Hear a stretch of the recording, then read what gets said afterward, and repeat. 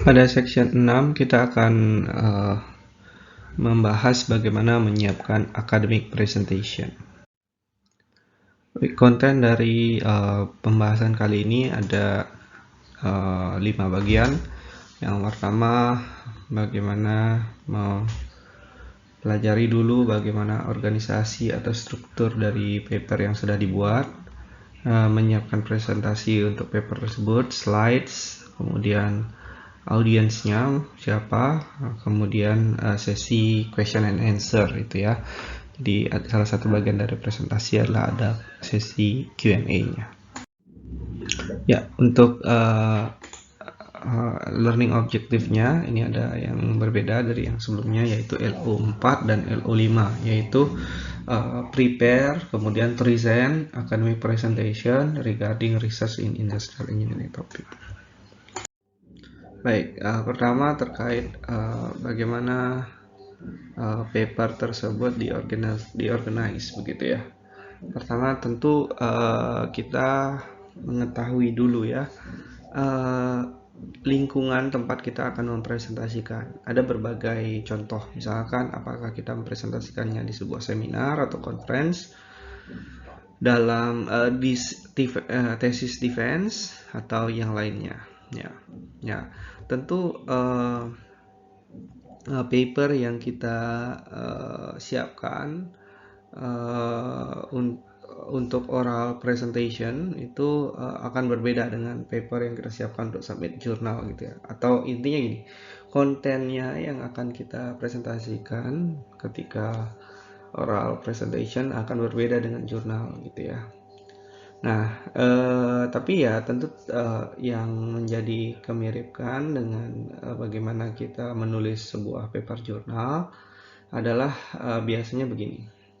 Agar mudah diikuti pembaca, kita biasanya akan, atau pendengar gitu ya, orang karena mendengarkan presentasi, kita akan memulai dengan pertanyaan, kira-kira orang itu ketika mendengarkan, oh permasalahan yang dia bahas apa sih? Kemudian biasanya diakhiri dengan dapat nggak dia maksudnya solusi yang ditawarkan untuk permasalahan tersebut, gitu ya. Nah, jadi perlu diingat bahwa presentasi lisan itu berbeda dengan publikasi ke jurnal gitu ya. Jadi dia tidak ada hubungannya ketika kita presentasi di conference. Dia biasanya rules yang ada di jurnal gitu ya, guidelines itu tidak serta-merta sama dengan apa yang kita butuhkan untuk presentasi gitu ya. Karena tujuan dari presentasi lisan itu lebih ke bagaimana kita berbagi terkait penelitian yang kita lakukan ke pendengar yang ada di sana, baik kalau biasanya offline begitu ya, jadi yang ada di ruangan begitu, tapi sekarang karena banyaknya online juga berarti memperhatikan yang ada di ruang seminar online tersebut gitu ya. Nah, karena waktunya itu terbatas gitu ya, biasanya kita tidak perlu untuk memberikan secara detail apa eksperimen yang kita lakukan. Presentasi di conference itu biasanya 10-15 menit di sesinya, kecuali kita adalah seorang pembicara utama di hall yang besarnya gitu ya, ruang besarnya. Kalau pembicara utama bisa sampai 30 menit gitu ya. Nah, jadi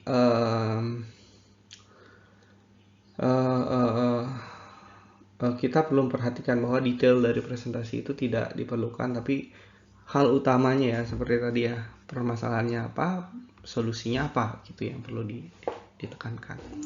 Nah, citasi yang terlalu banyak itu juga tidak perlu di presentasi oral, karena kita ingin menyampaikan poinnya secara singkat, tidak perlu secara detail, oh ini dari penelitian ini gitu ya.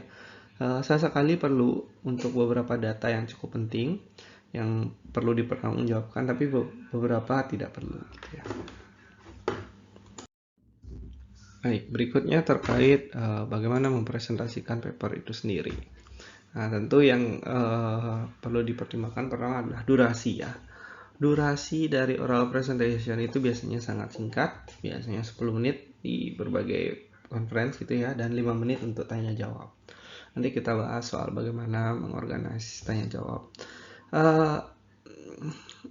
Meskipun kita nanti akan berbicara banyak soal teoritis dan sebagainya, sebaiknya itu disingkat gitu ya.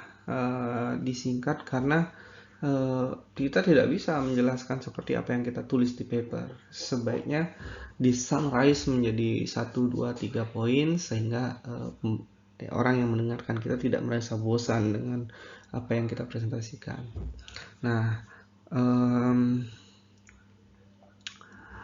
meskipun ya kalau kita mau kan bisa ya kita buat presentasi yang well organized, tapi kalau dalam satu slide itu terlalu banyak poin yang ingin disampaikan, itu akan benar-benar menyulitkan bagi para pendengar yang atau orang yang mendengarkan. Jadi setiap slide biasanya diperlukan 1-2 poin yang ingin dipresentasikan dan emphasize pada poin tersebut. Karena apa? Karena kita tidak punya waktu untuk mempresentasikan keseluruhan idea ya, secara detail karena waktunya sangat-sangat terbatas. Baik, selain yang singkat tadi ya, tentu ada juga presentasi yang lebih lama ya waktunya ya. Misalkan simposium gitu ya, ada yang sampai 20 menit. Bahkan seminar pun ada yang 20 menit jika beberapa peserta mungkin lebih sedikit di satu ruangan gitu ya, dan waktunya lebih banyak. Ada juga seminar yang 1 jam gitu ya, jadi kita bisa mempresentasikan materi yang lebih detail. Bahkan kadang-kadang kita perlu memikirkan di mana kita perlu menjelaskan dengan pelan, karena beberapa poin yang ada di dalam penelitian kita itu perlu dijelaskan dengan pelan, dan beberapa poin bisa dijelaskan dengan singkat dan cepat. Kenapa? Karena kalau kita terlalu cepat, kalau di awal terlalu cepat, terus audiens biasanya akan kehilangan fokusnya gitu ya. Dan ketika kita sudah mau menjelaskan main poinnya gitu ya, audiensnya sudah tidak fokus lagi pada pembicaraan kita. Nah, ini sekedar tips saja ya, karena saya pun belum bisa mengimplementasikannya dengan sangat baik. Jadi ketika kita mendeliver presentasi, bicara harus jelas gitu ya, dan hindari berbicara terlalu cepat. Terutama jika kita menggunakan bahasa yang kita tidak natif gitu ya. Nah, jadi apalagi audiensnya juga tidak natif dengan misalkan presentasi dalam bahasa Inggris gitu ya. Tidak semua audiens itu natif berbahasa Inggris, jadi harus usahakan presentasikan dengan jelas dan pelan dan clear gitu ya. Jadi selalu perhatikan audiensnya sehingga kita bisa mengetahui bagian mana yang masih belum jelas gitu ya. Kemudian ketika kita mempresentasikan sesuatu, usahakan gesture kita memperlihatkan kita itu mempunyai passion atau tertarik terhadap subjek yang kita presentasikan dan ingin mendeliver itu ke para pendengarnya. Nah, ini avoid habits ya, habits yang mendistract ya. Contohnya menggunakan kemudian kalau bahasa Inggris ya you know gitu ya. Nah, itu seringkali kurang baik gitu ya. Nah, untuk membuat lebih bagus delivery presentasi kita, mungkin ya bisa bikin video gitu ya, video untuk latihan sebelum presentasi. Ya, ini adalah salah satu ilustrasi ya, tapi ini dalam bentuk komedi, jadi saya sering sekali melihat potongan-potongan komedi dari PhD Comics ini ya, karena banyak yang terkait dengan akademis ya. Nah, ini bisa di intermezzo saja, silahkan dilanjutkan. Oke, berikutnya kita bicara soal slides.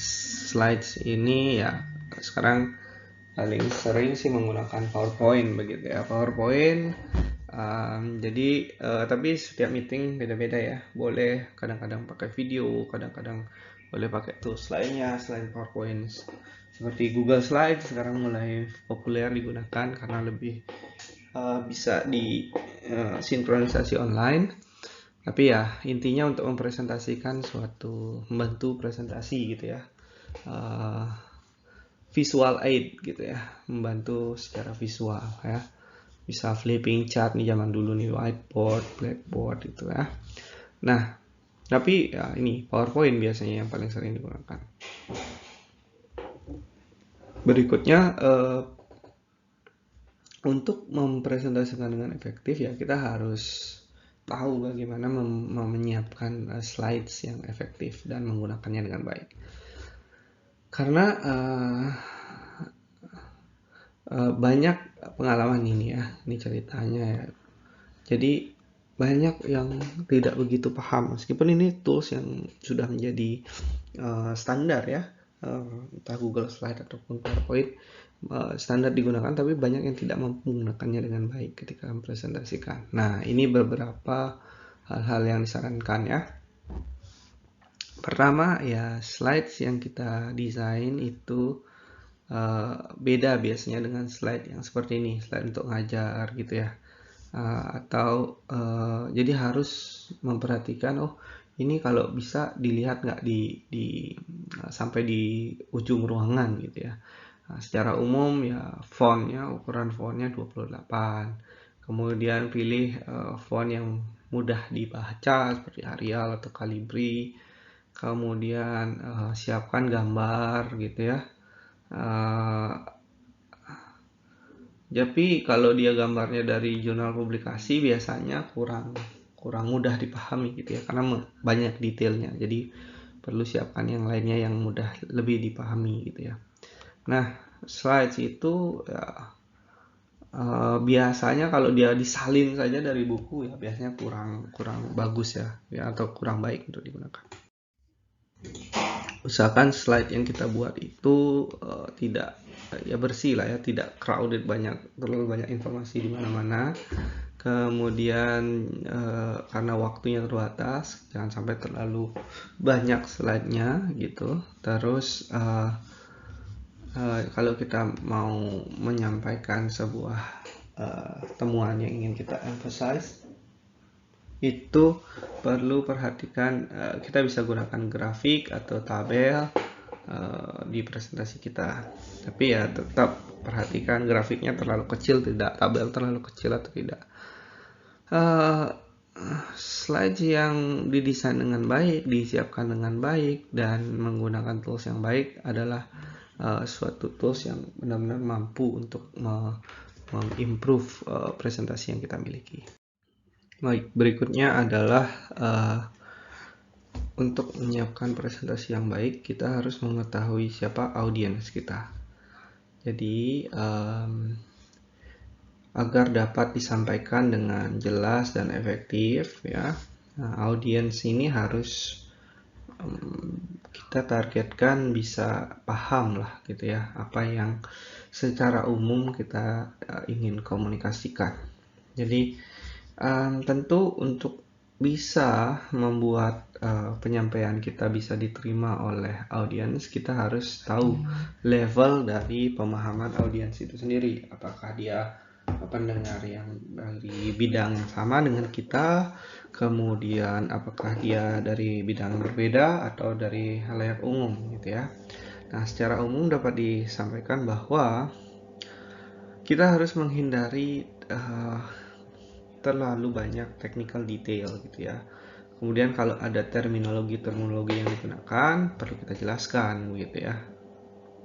Akronim itu harus benar-benar dijelaskan dulu supaya audiens ini mengetahui, oh kita sering menggunakan akronim tapi tidak pernah dijelaskan sebelumnya, maka besar peluang atau kemungkinan audiensnya tidak paham.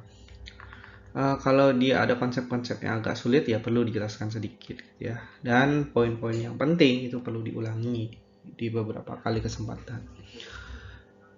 Tentu ya latihan presentasi itu sangat-sangat penting ya, seperti yang disampaikan tadi, karena dia bisa memperbesar peluang kita untuk berhasil mendeliver presentasi kita. Terakhir ini yang akan dibahas terkait bagaimana menyiapkan sesi Q&A gitu ya, question and answer. Jadi kalau dalam sebuah seminar biasanya di akhir itu ada sesi Q&A. Biasanya ya diskusi-diskusi menarik itu muncul dari sesi ini, yaitu sesi question and answer gitu ya. Karena ya di sini ada interaksi, ada diskusi, ada sharing begitu ya. Jadi para pendengar gitu ya, audiensnya diberikan kesempatan untuk bertanya gitu, baik topik yang belum di cover oleh speakernya ataupun ideas yang atau data yang perlu dikonfirmasi oleh pembicaranya gitu ya. Nah, tapi ya namanya sesi Q&A, pertanyaannya sangat-sangat bervariasi ya. Jadi kita harus tetap tenang gitu ya. Beberapa guideline-nya. Meskipun beberapa orang tidak etika bertanyanya kurang gitu ya. Jadi kita harus tetap tenang dan menjawab dengan sopan gitu ya. Nah, kalau pertanyaannya tidak relevan dengan apa yang kita tanyakan, ya kita bisa mengarahkan diskusinya ke hal yang lebih related dengan apa yang kita bahas gitu ya. Nah, jika